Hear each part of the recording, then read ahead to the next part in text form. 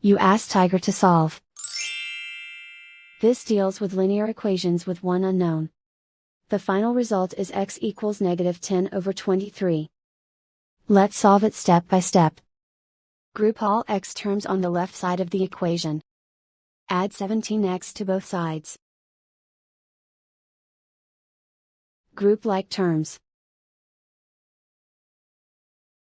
Simplify the arithmetic. Group like terms. Simplify the arithmetic.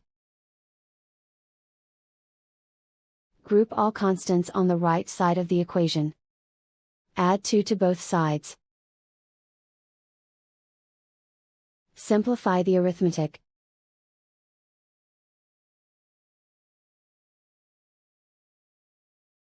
Isolate the x. Divide both sides by 23. Simplify the fraction. And so the final result is x equals -10/23.